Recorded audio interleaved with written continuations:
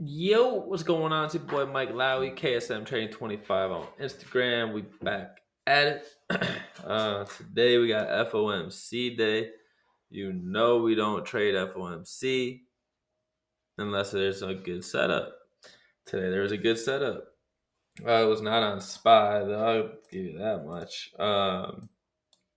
We had NVDA that is continuing to stay strong.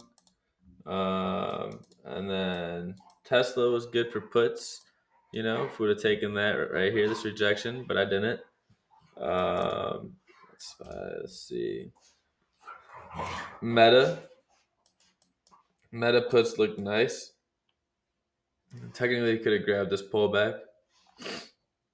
Didn't like it. The video was the only one that I liked. So NVIDIA was clear as day. Hey, there's obviously a key level. We break this, we retest, we go. So that's literally what happened. Let me show you here. Literally,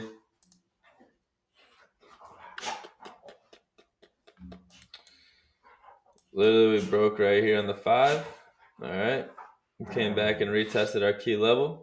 This was our entry with a stop loss right here. So about 30-cent stop. All right.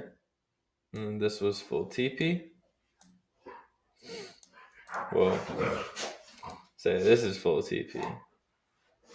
But as if you have runners. I didn't hold any runners. It's FOMC day. Obviously, you can see it's going to run straight to full TP.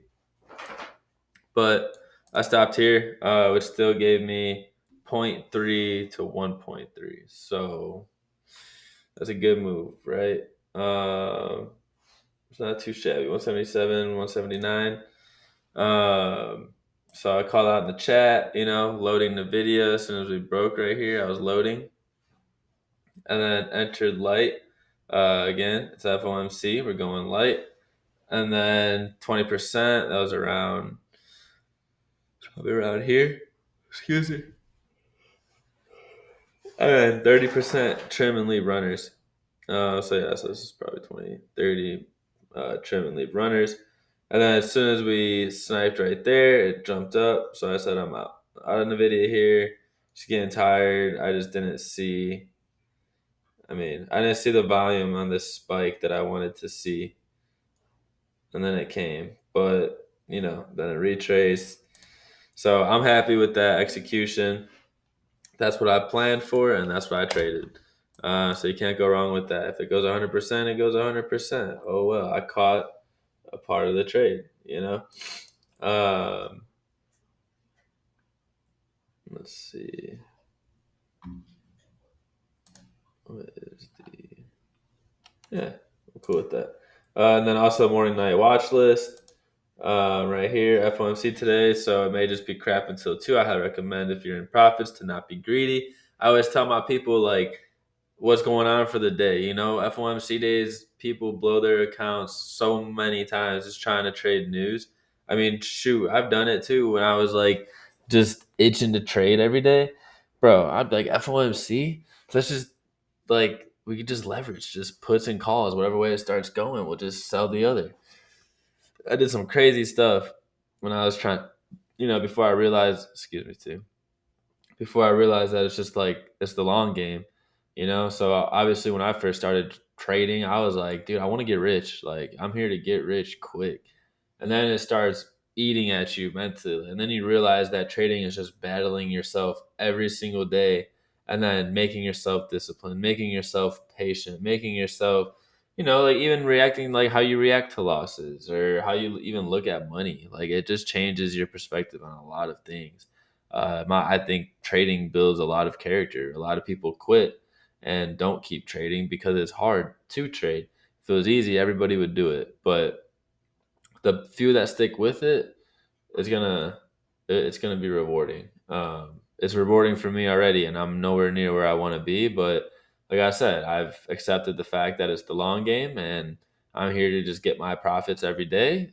There's good setups, and I'm here to accept my losses when they come. Just as long as I know I'm following my rules to a T, and I'm waiting for my setups, and I'm being disciplined on, uh, you know, take profits and not getting greedy and stop losses and not just sitting there hoping for it to reverse. Those are huge things to keep in mind when you're trading. Uh, because it's easy to get that greed, or it's easy to have that hope that's like it's got to come up, it's got to come up, because you have to accept your loss. Like, you have to actually accept that you are wrong. Like, I don't know, a lot of people don't like to hear that, but you have to accept the fact that sometimes you are wrong, and the market will humble you. So it's lessons learned, it's life lessons that you learn through losing your money. But anyway, so that was the NVDA trade. Yeah, reclaim 177 up to 180. Again, we're at 179 that we sold at. SPY below 634 down to 632. I said right there. So SPY right below six. Oh yeah, nope, 634 to 632 is what I'm waiting for. But we broke this level and then broke below it. Could I have taken it down to sweep here? Yeah, but it's about a one. I mean, it's still about the same move as NVIDIA. It was small moves, small moves. Just waiting. And then what else? I say Tesla above 324 to 328. All right, or below 318 to 315. So I'm not touching it in these ranges. And it broke 318, right? It broke it. So just the retrace to come grab that 314, probably. It's probably going to happen right now. Am I going to chase it? Nope. I'm going to just let it happen because I'm already done for the day. I don't want to give back any profits. But that looks nice. It's like a nice little bear flag. Almost. But still, that's a key level. We got. I mean, if we break below that, we'll go. And that's a good $4 trade. But it's 11 o'clock. I just want to hop on, show you guys NVIDIA. And see, look, it rejected there. It could be a double top to go, or it could just be retracing to go. Like, at this point, we're overbought, bearish divergence with a double top on the 5. I'm expecting it to drop, with FOMC. Everything is primed to drop or pop. So we'll see what happens with FOMC. But I hope you guys learned something. I hope you liked the little knowledge talk on, mindset and essentially what it takes to be a trader.